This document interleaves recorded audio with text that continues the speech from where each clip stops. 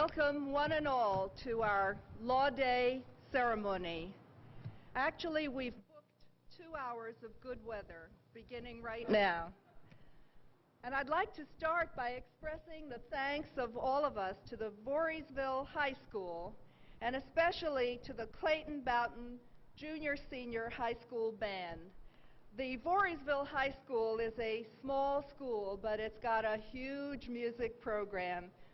2 concert bands and a chorus. Of 410 students in the high school, 293 participate in one or more of these musical activities. We're most grateful to you, Christopher Jansen, the band director, and to every single one of your band members. We can certainly understand why you are one of the 100 schools in the nation to be named a Granny Signature School based on the size and quality of your music program. We thank you and we applaud you for being with us today.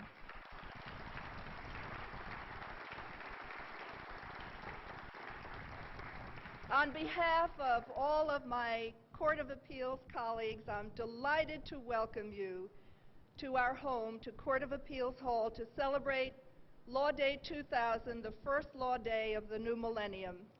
In much the same way that New Year's Day 2000 was a time to take stock of where we've been and where we're going in our personal lives, Law Day 2000 is a time to measure the progress of justice and the rule of law in New York State and to rededicate ourselves to accomplishing the many goals that continue to elude us. The American Bar Association, the ABA, as you may know, actually founded Law Day back in 1958, and each year it's the ABA that sets the theme that unifies all of the Law Day celebrations throughout the nation. This year's theme is democracy and diversity. And in announcing this theme, the president of the ABA, William Paul, acknowledged a very special significance of Law Day 2000 in these words: "Our growing strength as a nation is inseparable from the diversity and vitality of our citizens. Our history has been the story of ever-increasing inclusion, from the days when the right to vote was largely restricted to a small group of males of one color, to the present when the full mantle of citizenship is spread over persons of all colors, all religions, all national groups. Given the long and happy connection between bar associations and Law Day celebrations, this gathering on the theme of democracy and diversity gives us the perfect occasion to consider the bar's many contributions to the promotion of diversity in our justice system and to reaffirm the role of bar associations in educating the public about the rule of law. So I'm especially pleased today to welcome representatives of many of New York State's bar associations, and I won't try to single them all out. I do see Steve Cohen here, president of the Brooklyn Bar. Could your contingent please stand? And the Brian Law Society, the Association of Assigned Counsel of the New York Family Court, the Capital District Women's Bar, the Federation of Bar Associations of the 4th Judicial District, New York State Bar, Oneida County Bar, and the Women's Bar. And I'll only do this one more time, Marjorie, because I know you're here, the president of the Women's Bar Association of the state of New York. There you are, Marjorie, and your soon-to-be successor, Deborah Kaplan. We welcome you most heartily. I also thank the many bar associations that contributed material on democracy and diversity for posting on the Court of Appeals website. And I hope that all of you who are firmly ensconced in the 21st century, I am not, will take a look at those materials when you get back home to your personal computers around the state. It's not surprising that New York State, which has been such a leader in the development of law in this nation, was also a pioneer in the development of bar associations. New York State is actually home to one of the oldest bar associations in the United States, the City Bar, founded in 1870. And we can claim the nation's oldest voluntary statewide bar group, the State Bar Association, founded 7 years later in 1877. And would you believe it, Saratoga Springs, New York, was the site in August 1878 of the founding of the American Bar Association. Saratoga Springs in August. I guess even the 19th century lawyers knew how to pick a great conference site, didn't they? And while I'm ticking off birth dates, I want to mention the founding of the Albany County Bar Association in October 1900, making this its centennial year. Not all bar associations were, at their founding, bastions of inclusion and diversity. To join the City Bar back in 1870, for example, you had to be approved by 3/4 of the 20-man, and I do mean 20-man membership committee, and then you had to pay an initiation fee and annual dues that often made it impossible for attorneys who served less affluent communities to become members of that bar association. But you don't need to go back to 1870 to find examples of discrimination and exclusion in the legal profession.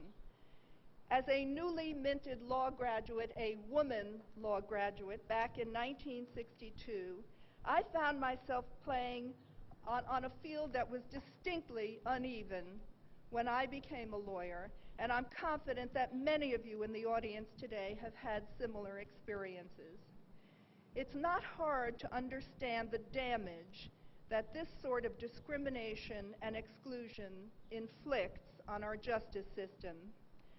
How can we say we believe in justice for all while refusing access to key positions because of gender or race or ethnicity or religion? And how can members of excluded groups have faith in a system that rejects those who share their voices, their experiences, their values? If we believe in democracy, the people's ability to rule themselves, we must embrace the principle of diversity, that the consideration of a broad range of views is our surest path to sound governance. Just as the history of the United States is the story of ever-increasing inclusion, so too the history of our legal profession has been one of expanding opportunity and openness. Our profession today definitely is more open and more diverse, and bar associations have helped to guide us in that important direction. One significant step in the process has been the formation of groups specifically created to promote traditionally excluded interests. In New York, we have bar associations organized around race, ethnicity, religious affiliation, gender, sexual orientation. The role of these specialized groups in advancing the cause of equal rights simply cannot be underestimated. They provide personal support for those who might otherwise become disheartened by the obstacles they face in their own pursuit of justice. They amplify lone voices of protest so that the message of equal opportunity cannot be ignored. And they often take direct action, whether through litigation or legislation or pro bono services in the community, to help bring the scales of justice into a truer balance for all citizens. Progress has certainly been made. Many of our most blatant displays of discrimination have been eradicated, but daunting issues of equal opportunity still remain in law schools and private firms, in the public sector, and on the bench. Our work is far from over. Responding to these challenges requires the commitment not just of specialty bar associations, but of all bar groups, of the entire profession, and of the court system as well. I know that throughout the state, and particularly here in Albany, under the guidance of the Capital District Black Bar Association and Randy Treese and Bernie Ash, that good work is underway, and clearly the work must continue. There are so many creative strategies we just all have to pursue whether it's working in schools so that all children can be aware of the many career opportunities in the law, or internships in law offices for high school, college, and law students, or scholarships for disadvantaged law students, or mentoring programs for new attorneys. Voluntary, dedicated efforts are needed by legal employers to promote both the principle and the reality of diversity throughout the workforce and the justice system.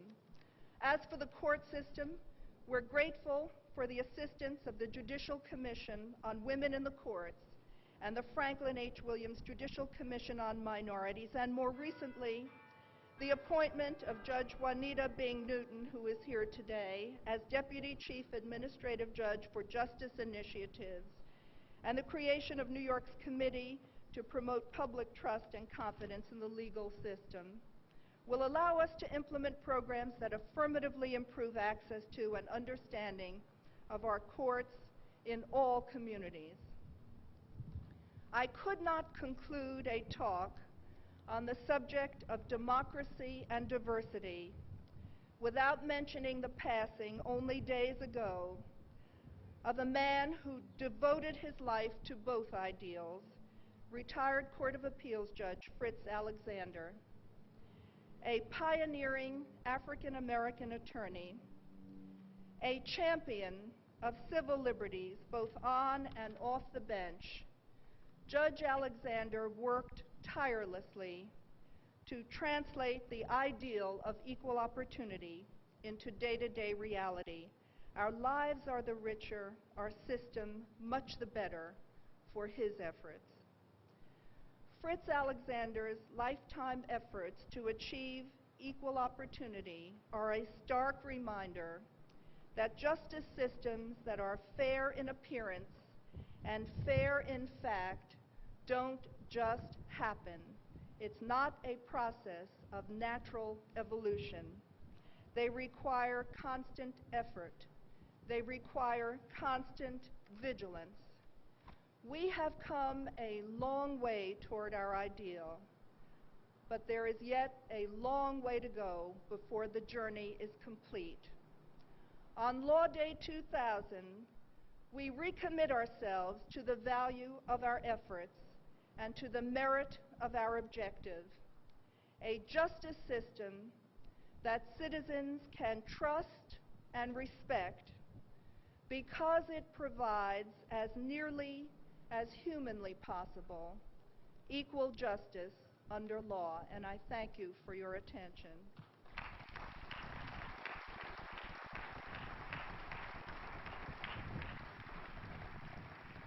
It is my privilege now to introduce a person who is no stranger to the Third Estate, our Honorable Mary O. Donahue, the Lieutenant Governor of the State of New York. Judge Donahue.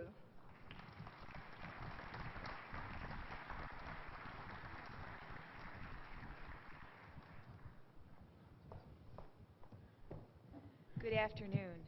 I am honored to be here with you, Judge Kaye, our Chief Judge, the Associate Judges of the Court of Appeals, our Attorney General, Eliot Spitzer, and all those who have gathered here today to celebrate Law Day 2000. As a lawyer and as a former judge, it is gratifying for me to see so many people here, from my former judicial colleagues to my former legal colleagues to my present governmental colleagues. The President of the Bar Association of the State of New York, Tom Rice, thank you for joining us, as well as students and citizens from across our Capital Region community and indeed across the state, taking time out of your very hectic day to reflect on the importance of the law and the meaning of democracy and diversity in our everyday lives. Our democracy, ladies and gentlemen, is based on the simple tenet that as Americans, we are responsible, fair people. People who are more qualified than government to decide what is best for themselves and for their children. In fact, great Americans chose this form of government, our democracy, because they believed in the capacity of the American people to make their very own fundamental decisions, including their representatives who make the laws under which we all must live. Our founding fathers had fantastic and tremendously grounded faith in our system and in the idea of self-rule and the irrepressible spirit of the individual. They demonstrated that faith by building the foundation of a free society which would indeed enable the individual people to express their ideas and create a democratic government which works for its citizens instead of the other way around.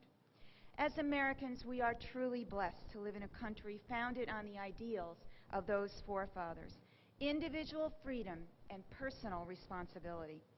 Many of those great men and women risked and even sacrificed their lives to achieve the freedom which all too often each and every one of us take for granted in our daily lives. Freedom of religion, freedom of expression, freedom to own property, and the freedom and responsibility of representative government. To achieve such freedoms, many who came before each of us faced extraordinary hardship and tragedies. The concept of freedom enabled each individual to persevere and to fight for the rights that are so eloquently written in our Constitution. Our ancestors fought heroically and suffered extensively to make America the strong and great nation that it is today. Many of those individuals sacrificed their lives to bring freedom and democracy to oppressed nations. We need only recall today the lives and the words of some of those martyrs of liberty: Harriet Tubman, Abraham Lincoln, Patrick Henry, Martin Luther King Jr., and many others, to remind ourselves just how much our freedom and our democracy is worth. Last year on Law Day, we as a nation were still in shock over the April 20th massacre at Columbine High School. I addressed you then concerning the right of our children to enjoy freedom from fear, freedom from violence, freedom to live in a society where their safety is secure and where their parents are able to send them to school each day without anxiety about what tragic event might occur. Upon reflection about my remarks to you last year, and in consideration of this year's theme, democracy and diversity, I was struck by the irony that although a year has passed since that horrific incident, we still face, on a seemingly endless basis, senseless incidents of violence involving our citizens themselves. Violence which has its very roots in intolerance and hatred. Consider the shootings at the National Zoo, at a church prayer service in Texas, at a Sikh temple in California, a school in Georgia, and a daycare center in a Jewish community center in Los Angeles. A common thread in each of those horrible incidents is not the status or the characteristics of the victims. Rather, it is the intolerance, the rage, and the lack of fundamental decency in the perpetrators. Intolerance is a characteristic which is not limited to racial, religious, or ethnic differences. It appears in instances of personal insults, bullying among our school children, and lack of basic civility among professionals. We must stem this tide of intolerance. We must eradicate hatred and disrespect from our society. Our country was not founded by individuals who lacked tolerance for cultural, religious, or personal differences. It was founded by individuals who fled that type of oppression in search of a new homeland, a beacon of freedom based on the concept that all people are created equal.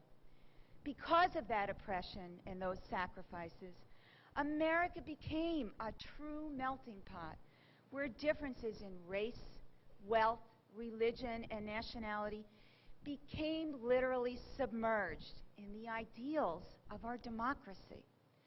Nowhere is that more evident than right here in our great empire state. Among our 18 million residents, we have, in fact, 18 million distinct personalities, hundreds of different ethnic groups, and countless divergent religious beliefs.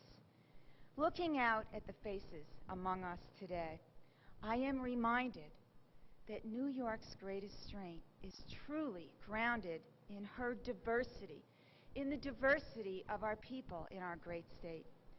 That is the strength that stems from pride in our individual cultural traditions and our distinctly personal experiences. To the students who have joined us today, you are our future. You are the promise of a productive new millennium. New York State is committed to ensure that you fulfill your dreams and create your own individual legacies. Be assured that Governor Pataki and I will continue to fight arduously to preserve and protect the freedoms that each of you so richly deserve, so that we may all live in a state, in fact, in a society where we are free to walk through our parks, our neighborhoods, and each of our cities without fear of violence, intolerance, and hatred. To achieve that end and to enjoy a true democracy, we must all move forward together, fused by our common ideals and our desire for peace and justice. Diversity should not be divisive. It should be unifying. We should all take pride in and celebrate our many ethnic and cultural heritage with liberty and justice for all. Throughout this century, and particularly today, on Law Day, let us reflect on our good fortune to live in the United States of America and to enjoy the many benefits of a free society. Let us celebrate our freedom, respect our diversity, savor our democracy, and most of all, let us strive for unity. Thank you for giving me the opportunity, Judge Kaye, to share these thoughts, and may each and every one of you, as individuals, have a wonderful Law Day.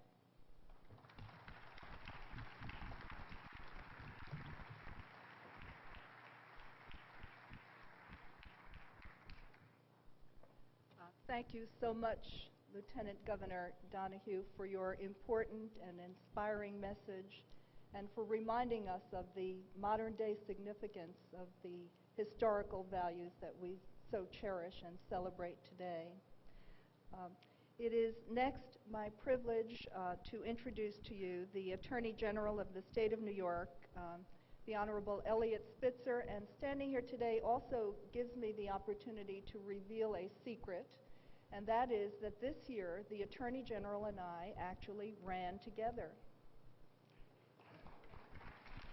at Central Park.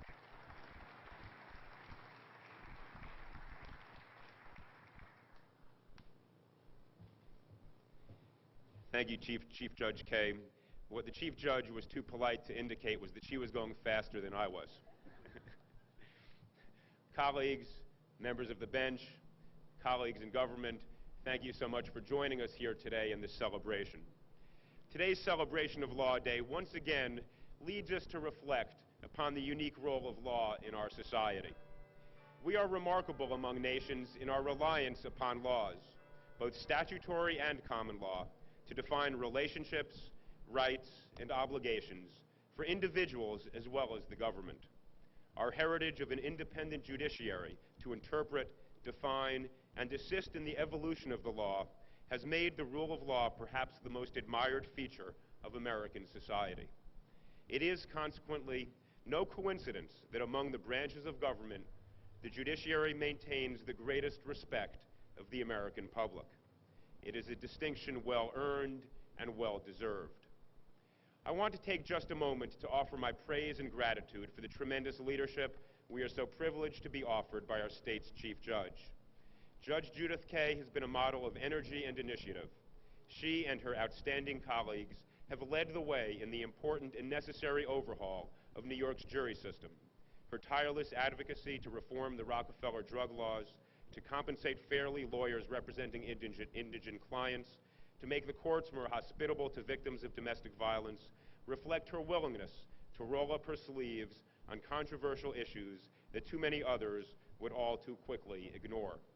This court's vigor, intellect, and spirit serve as models not only for the lawyers of this state, but for all New Yorkers. Judge Kaye and members of the court, I thank you, and we all thank you.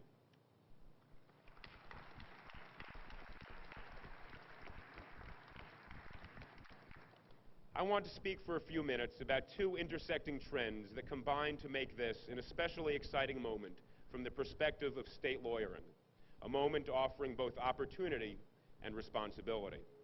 The first trend has emerged over the past 15 to 20 years, and I will freely admit that I was initially not only a skeptic, but indeed a critic as it was articulated.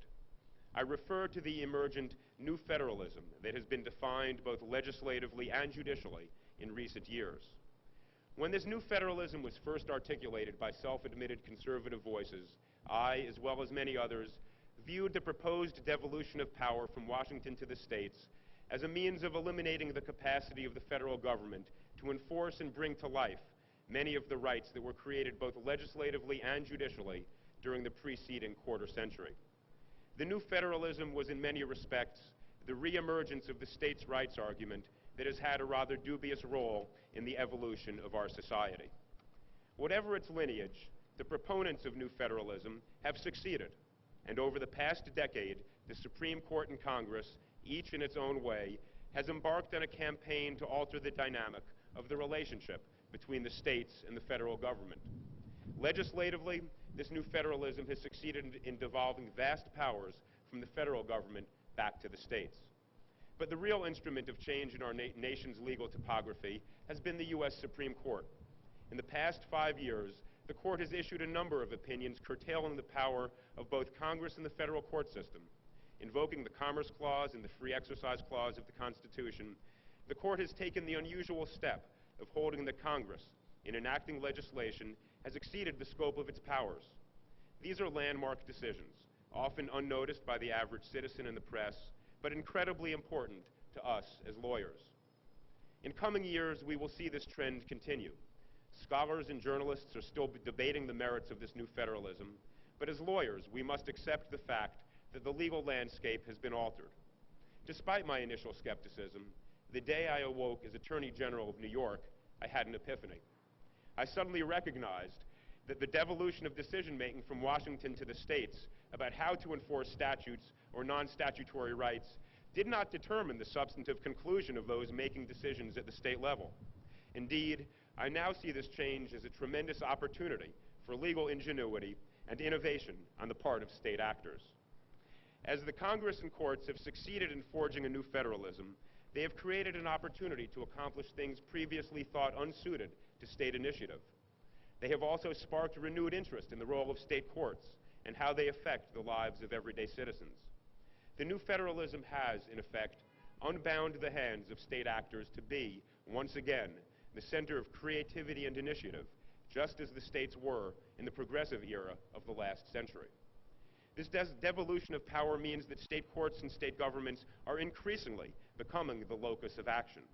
Where many of the most important political, social, and legal issues used to be hashed out only in Washington, they are now being confronted at the state level. The emergent new federalism meshes neatly with the second critical factor I want to touch on briefly, one that we as lawyers might appreciate more than others, that the law is not static. Indeed, it is among the remarkable aspects of our judiciary that for over 200 years it has been able to mold the law and transform fundamental rights, relationships, and obligations, usually, but not always, leading the rest of society in acknowledging the need for change. Judge Cardozo, in his tenure on this great court, recognized not just the capacity, but also the obligation of the courts to adapt the law to changing societal relationships. The continuing need for such evolution in the law is established, perhaps, by asking the following questions. Is there any point in time where we would have wanted the law suddenly to become static? Is there any point in time where we would have been comfortable with maintaining the status quo. Without tracing the dramatic changes in so many areas of the law over the past 2 centuries, I think it fair to say that none of us would be comfortable with the state of the law in most preceding eras. And no doubt, 200 years hence, perhaps much less, the failures of the current legal structure will be as apparent to future generations as those of the past are to us. The combination of these 2 trends holds tremendous promise for state litigants and for state attorneys general in particular. Using the tenets of my newfound respect for new federalism as an impetus, and my view that the law must evolve and be used creatively to confront the particularly vexing problems facing us, I have been trying to revitalize the Department of Law. The effort began with, and always continues, with building the right team, for the Department of Law is a law firm with 600 partners. I've worked to bring on board creative, aggressive, and intelligent lawyers who represent some of the finest legal minds in the state. Moreover, the increased diversity of backgrounds in our department reflects what we know is the strength of a state like ours, that the differences among us reflect and enhance the opportunities afforded us. Having built an office of gifted and nonpartisan attorneys, I've sought to let them flourish by taking advantage of our responsibility in this era of renewed federalism to lead the way. We have brought actions to vindicate the public's interest in a variety of issues, including antitrust, civil rights, criminal justice, the environment, and privacy. In short, we are reinvigorating the office as a formidable litigant in many areas where the public can benefit from effective lawyering. The effort from many quarters to pursue public interest lawyering in this way has resulted in the state judiciary and the rule of law playing an increasingly important and visible role in all of our lives. When Americans look for answers, their attention is more and more drawn to the judicial system. The headlines are filled with examples. The Microsoft litigation and its nuances have become the stuff of everyday water cooler conversation. The Eliot and Gonzalez saga showcased courts as our instruments for rational, dispassionate decision-making. Yet even as the courts get involved in these controversial and contentious issues, public confidence in the judicial process remains strong. Fear of eroding public support or inciting controversy should not temper the zeal with which courts, unlike politicians, address these matters. As contentious issues are resolved in court, there are bound to be times when court action sparks controversy, protest, and dissent. It is my firm belief, however, that when courts display their ability to adjudicate in a decisive, efficient, and thoughtful manner, public confidence in the judiciary will only grow. That these issues often fall into the realm of the courts because other branches of government have been unable or unwilling to address them should in no way diminish the willingness of the courts to grapple with these often difficult issues. By assuming the bench, judges put themselves in a position of extraordinary power and tremendous accountability. By demonstrating an ability to wield this power skillfully, people are assured that the rule of law is not created haphazardly or in an ivory tower, but by citizen judges who understand the human condition and the important issues in our lives. In this same vein, the manner in which we choose whom to send to the bench is of tremendous consequence. Today's theme stresses the importance of diversity in the legal community. In keeping with this theme, we must realize that as courts address new and more controversial issues, it is important to see them through a multifaceted prism. Thus, those charged with nominating and appointing people to the bench must keep in mind the benefits of an intellectually and culturally diverse bench. Clearly, the New York Court of Appeals is an example of the successes achieved through a well-considered selection process. The governor and those who came before him deserve our thanks for such thoughtful consideration that has resulted in our extraordinary highest court. It is an exciting time to be a New Yorker. In the months and years to come, many of us, lawyers and judges, will confront issues we have never faced before. As this happens, we should remember the important role that we play in the lives of the people of the state. We have been granted a tremendous responsibility and opportunity by our fellow citizens, and our legacy will hopefully be to fortify an even stronger, fairer, and more enduring rule of law. I look forward to working with you all to see that this happens. Thank you so much.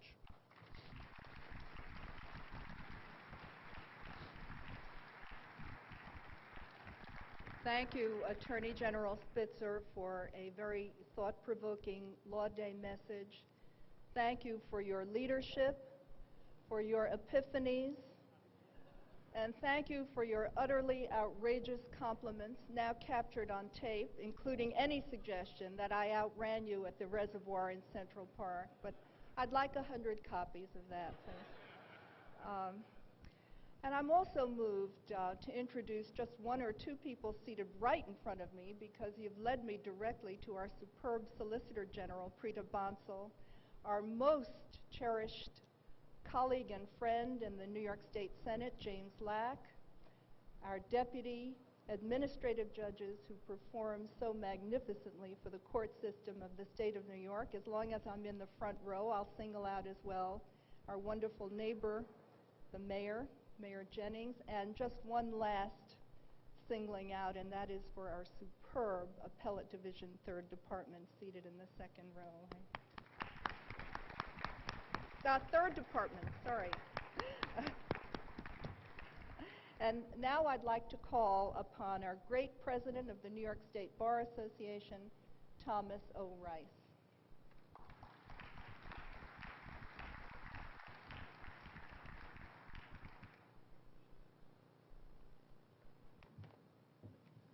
Thank you, Chief Judge Kaye, distinguished jurist, Lieutenant Governor Donahue, Attorney General Spitzer, colleagues and friends all.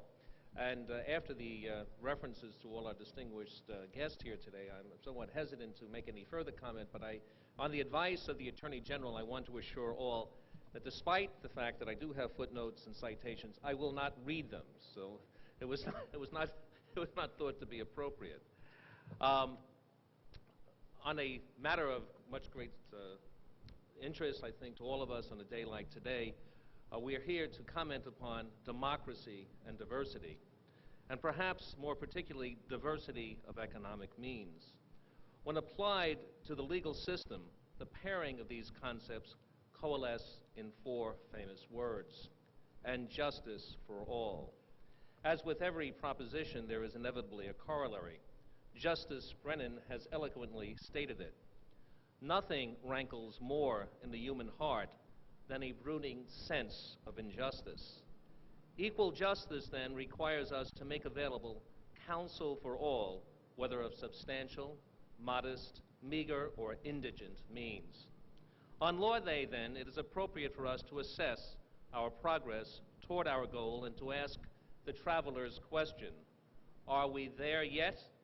As lawyers, is it incumbent upon us all to add, if not, why not? And how can we get where we must be?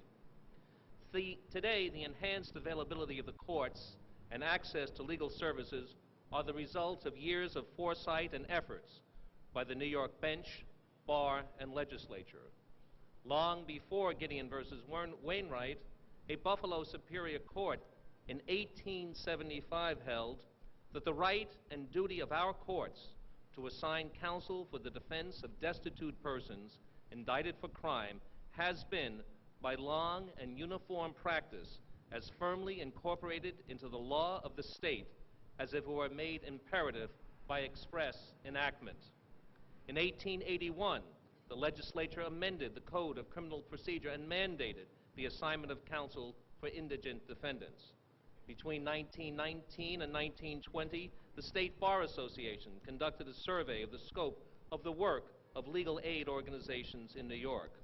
A number of programs were found to operate in major cities, but there was a dearth of legal assistance in less populated communities.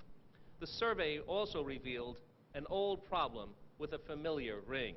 The Legal Aid Society, founded in 1876, was compelled to close one of its 6 offices and faced a cutback in its work until additional funding was secured in the early 1900s. The association also called upon local bars to actively support and establish legal aid organizations and become involved in developing programs where none existed. The study urged creation of effective and efficient programs to complement the efforts of private practitioners. Since that time, the New York State Bar Association has aggressively and continuously sought to implement those policies. The reasoning of the 1920 committee and survey remains relevant today. Any state of society or any system of government which does not look to the enforcement of law and the protection of rights for the poor and weak and friendless is wanting in that keystone of the arch upon which a stable society and government rest. Anticipating Justice Brennan's insight, the committee continued. Where this essential is lacking, you shake the faith of the people in government and bring in question the fundamental fairness of our institutions. Certainly, then, access to equal justice remains a fundamental priority as committees of the bench and bar consider means of enhancing public trust and confidence in the legal system. In the 1960s, the war on poverty was vigorously waged in New York. Civil legal service programs were founded with federal support. In criminal cases, the very court on whose steps we stand today held that all defendants, not only those charged with felonies, have the right to counsel.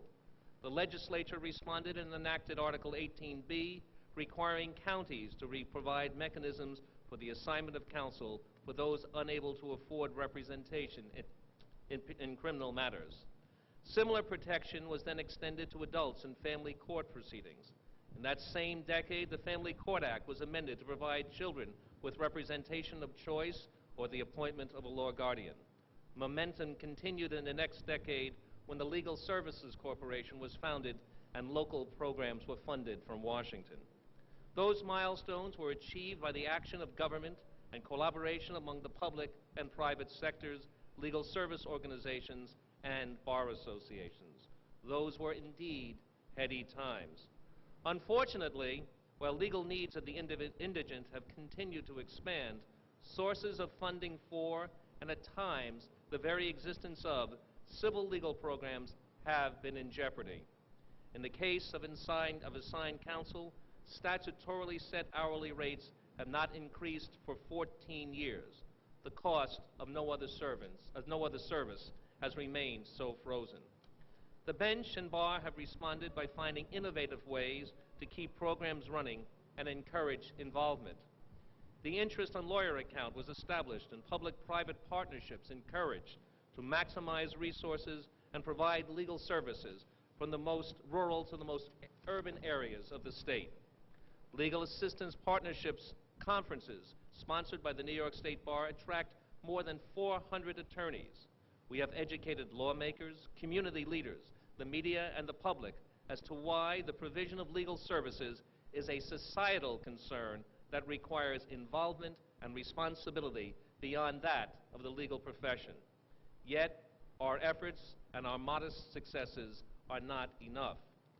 Pioneers of civil legal services envisioned a regularized system of support complemented by pro bono service. Those who developed and nurtured the system to assure sufficient assigned counsel anticipated periodic rate increases that keep pace with the times. None foresaw that the elements of stability would be threatened and the number of counsel available to accept assignments would be wanting. They never contemplated the need to expend precious time and resources year after year to fight to keep doors open and caseloads moving. Reduction of resources has had a serious negative effect on society as a whole. We can only imagine the impact on the individual who seeks counsel when involved with the legal system. Justice George Sutherland has reminded us, the right to be heard would be in many cases of little avail if it did not comprehend the right to be heard by counsel. Even the intelligent and educated layman has small and sometimes no skill in the science of law.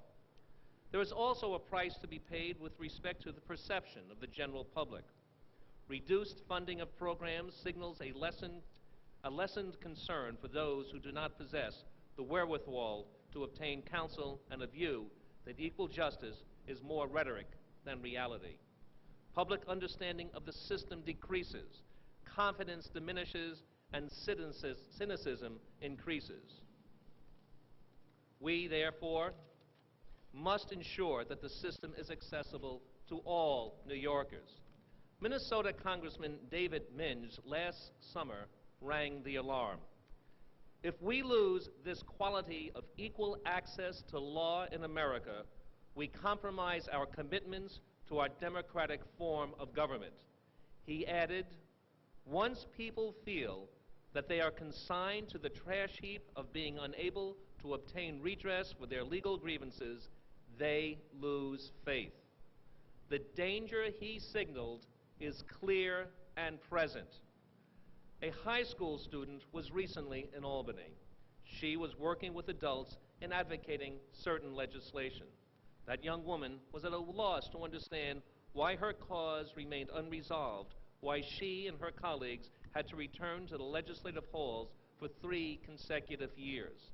Surely she would have been more dismayed had she realized that in times of surpluses, indecision and disagreement over funding sources have meant inaction in providing sufficiently for vital legal assistance to underprivileged New Yorkers. That lesson in government, unfortunately, will leave on that student a more lasting impression than any charts she studied as to how a bill becomes law. But by our action, we can change that lesson. None of us, however, carries that responsibility alone. As we learned when legal assistance programs were founded, the commitment of and coordination among 3 branches of government are required. Working with the legal profession, together we can reverse negative impressions of our justice systems. We can change minds, we can change lives, but we must do so now. None of us can afford to wait. Thank you very much. Thank you, Fritz. Thank you so much, Tom. You know, having singled out our superb colleagues of the Appellate Division 3rd Department, I would like to acknowledge my own colleagues on the Court of Appeals. They're pictured in the brochure, the bottom rung, not the top rung. The Honorable Joseph W. Bellicosa. The Honorable George Bundy Smith. The Honorable Howard A. Levine.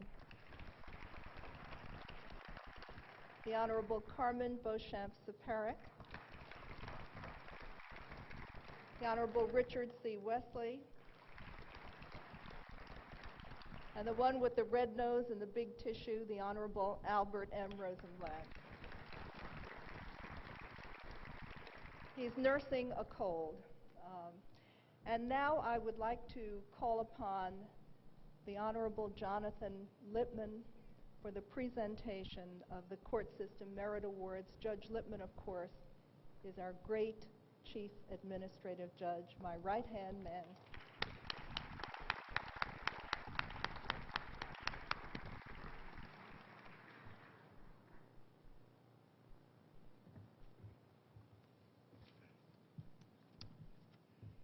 Each year on Law Day, we honor the men and women of our workforce who dedicate their lives to public service.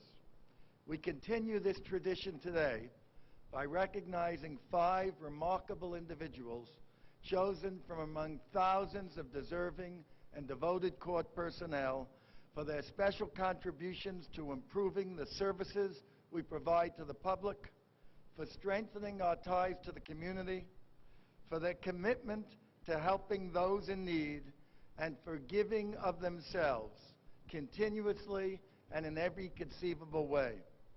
We find in these men and women, in the knowledge, dedication, and professionalism they bring to the workplace, the very essence of public service.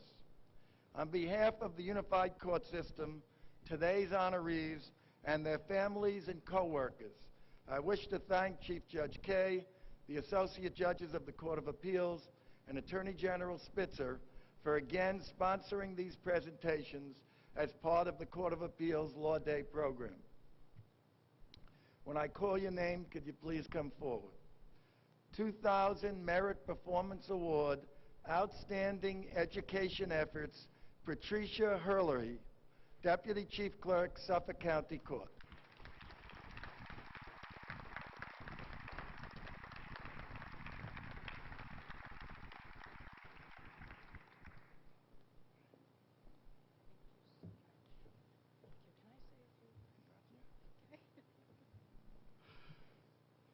Patricia Hurley, Deputy Chief Clerk of the County Court in Suffolk County, has enjoyed an outstanding 26-year career covering virtually every court in Suffolk County. Her vast knowledge of the courts, long-time involvement in community affairs, and passionate interest in the educational and emotional lives of children made her the logical choice to spearhead Chief Judge Kaye's Year 2000 Community Outreach Program in Suffolk County. In fact, Patricia's extraordinary commitment to children's education has already earned her the Jenkins Award, New York State's highest honor for PTA efforts. Time permits only a sampling of her accomplishments. Board trustee of the Middle County School District, creator and president of Kid Pack Middle County, a nonprofit organization that works with the community to achieve educational goals, member of the Jericho Elementary School PTA and PTA Council, chair of the PTA's Juvenile Protection Committee, which deals with children's health and safety issues, including drugs and alcohol. Patricia has even created a pilot program in which fifth grade students get an up-close look at the serious consequences of drug and alcohol abuse through a visit to the Suffolk Drug Treatment Court.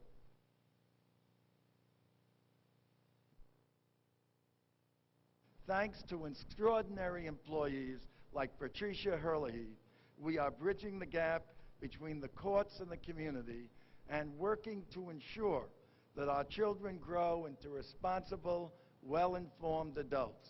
For her immensely important work with children, we honor Patricia Herlihy and award her a Year 2000 Merit Performance Award.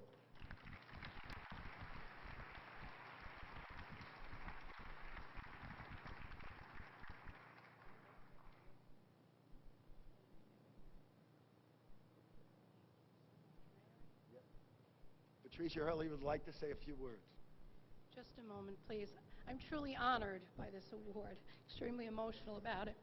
I'm glad that my efforts have been able to touch the community and especially the children that need us so desperately. But I would be remiss if I did not share this award. This award needs to be shared with my family, who has given me constant support, and also with my administrative judge, Justice Prudenti, and my executive assistant, Jean Myers, who's been able to give me the opportunity to reach the goals that I've set. With this team effort, we truly have made a difference in Suffolk County, and I thank them for that, and I share this with them. Thank you.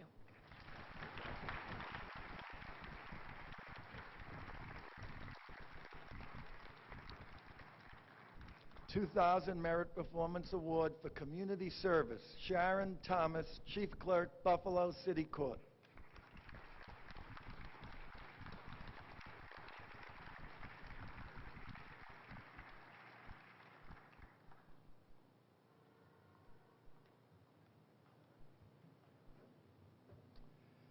Sharon Thomas began her career in the courts 26 years ago as a member of the Buffalo City Court support staff. She rose steadily through the ranks, and today she runs that court, overseeing 84 employees. From the start, she has also demonstrated a seemingly inexhaustible commitment to charitable and humanitarian causes. She is an active member of 6 major organizations, including the American Red Cross, and of countless local organizations. Locally, she is director of Women's for Human Rights and Dignity, which does so many wonderful things, including providing transitional residences for homeless women and their children, helping women without high school diplomas earn their GEDs and find jobs, operating a residential resource center that serves as an alternative to incarceration for women, running workshops that help ease women inmates back into society, and funding Project Joy, which sponsors an annual holiday party for area inmates and their children and provides holiday gifts to all the inmates' children as well as their caregivers around the state. Sharon has also served as chairperson of the Erie County Commission on the Status of Women, chairing its Teen Pregnancy Management Group, and she is currently Secretary and President-elect of the Board of Directors of the YWCA of Western New York, where she has been a facilitator of the Racial Justice Institute and Week Without Violence prevention programs. The Institute's three-day training program in race relations, which is open to members of the public and of the private and public sectors, has spawned an impressive alumni group that conducts videotape forums shown on public access television. Sharon's devotion to volunteerism has carried over into the workplace, where she is a key member of the 8th Judicial District's Gender Bias and Gender Fairness Committee. For her boundless contributions of time and energy to innumerable worthy causes, it is our privilege to present Sharon Thomas with the Year 2000 Merit Performance Award.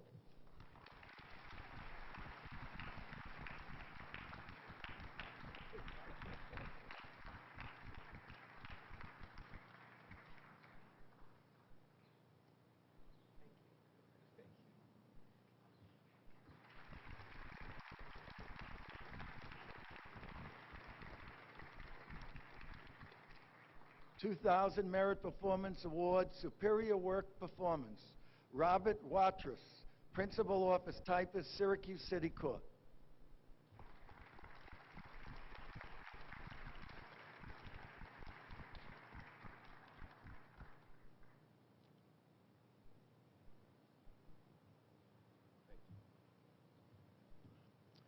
The court system is fortunate to have more than its share of exceptional employees. Unsung heroes who simply know how to make the courts work and get important things done efficiently and without fuss. The Syracuse City Court is especially fortunate to have one of those employees in Robert Watras, whose abilities are as limitless as his endless energy and initiative. Officially a principal office typist, Robert's job title in no way describes this master of the court's day-to-day operations.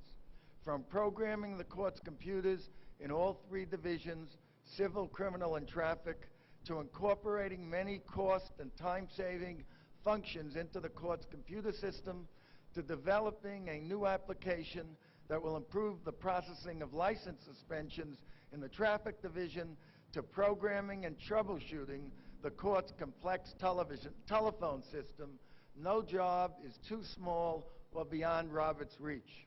To his supervisors and colleagues, he is indispensable. Having been cross-trained in all 3 court divisions, he readily volunteers to step in anytime, anywhere, to ensure that each division is always up and running at full strength. From the usual to the unusual, Robert is there, purchasing necessary goods and services, training new employees, and reviewing floor plans so that renovation projects run smoothly. And Robert is one of those rare people who accomplishes everything with patience, humor, enthusiasm, and tact. We are very pleased to recognize Robert Watras for his superior work performance and outstanding commitment to the highest quality of public service. He is making a real difference for New Yorkers, for which we honor him with the Year 2000 Merit Performance Award.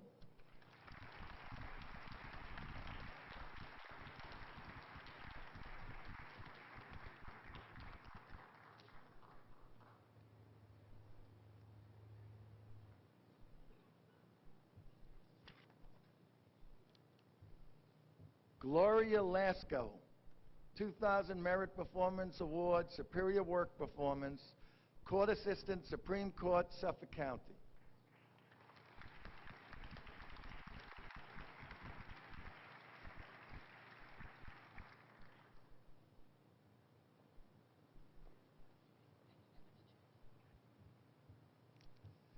It takes great resourcefulness, patience, and professionalism to provide outstanding public service to litigants, lawyers, and judges on a daily basis.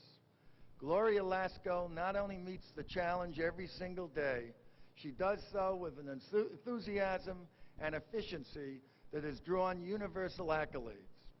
As a supervisor in the Small Claims Assessment Review Department, one of the busiest departments in the Suffolk County Courts, Gloria is involved in processing approximately 10,000 cases annually. Told to expect a mountain of work when she was assigned there, she simply decided to move the mountain. Mastering the process in record time and inspiring the department to new heights of productivity, which even enabled some of its personnel to be reassigned to other areas of need in the courthouse. This quiet, unassuming person just keeps getting noticed. Phone calls and letters from lawyers, litigants, and judges keep coming in, invariably describing Gloria as exceptional, unstoppable, energetic, and resourceful. No matter how fast-paced or hectic her day, this ideal public servant exhibits genuine concern for persons seeking assistance from the court, unfailing patience in tackling their most difficult problems, and a willingness to assist anyone in need. When the office is short-handed, Gloria is there to pick up the slack. At the close of business, she frequently has to be ordered to go home. From organizing the court's coffee club to coordinating the annual holiday luncheon, she devotes a tremendous amount of energy to keeping office morale high. Gloria has demonstrated that no obstacle can stand in her way. She is a constant inspiration to her colleagues and an invaluable asset to the court. We are delighted to recognize Gloria Lasco as an outstanding employee who embodies true professionalism and superior work performance in all her endeavors. For her innumerable special qualities, we present Gloria with a Year 2000 Merit Performance Award.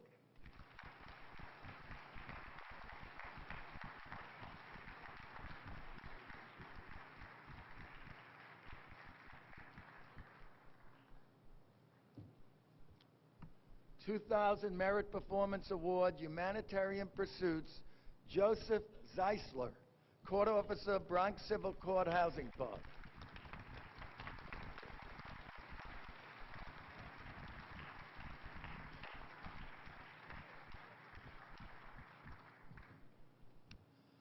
About a year and a half ago, a baby girl, Joanne, was born to Phil Monaco, an attorney employed by the Bronx Housing Court, and his wife, Marie.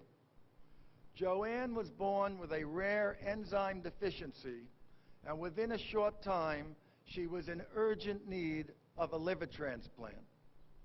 A parent's or relative's liver is usually preferred for transplantation, but none of Joanne's blood relatives were compatible. Outside donors were sought, and many Bronx Housing Court employees, including Officer Joe Zeisler, volunteered to be tested. When Joe was found to be the most compatible potential donor, he unhesitatingly agreed to donate a portion of his liver to Joanne. Despite being told of the many risks surrounding liver surgery and having to undergo a battery of preparative tests, a 5-day hospitalization, and a home recuperation period of up to 8 weeks, he nobly and courageously agreed to go forward with the operation so long as there was any chance of helping Joanne. His positive attitude never faltered and was summed up by his own words, "What else can I do?" A simple statement truly reflective of this man's remarkable generosity.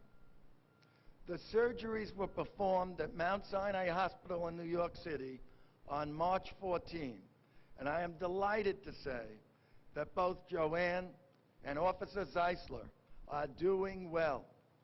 Words are not adequate to describe Joe Zeisler's profound and selfless gift. We join Joanne's family in thanking him for making himself the agent of this remarkable miracle of medicine and faith. And we wish both Joanne and Joe a continued healthy recovery. At this time, I am truly honored to ask Phil and Marie Monaco and Joanne Monaco to come forward and present a Year 2000 Merit Performance Award to Officer Joe Zeisler.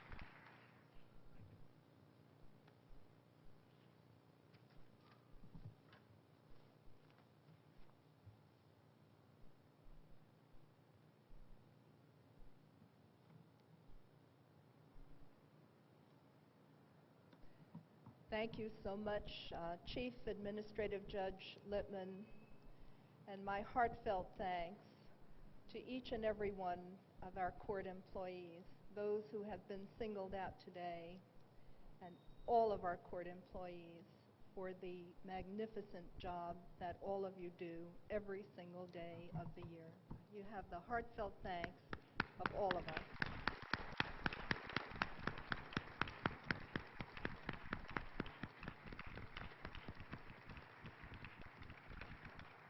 That brings our Law Day program to a conclusion. We thank the Van Voorheesville Band for Law Day 2000 music.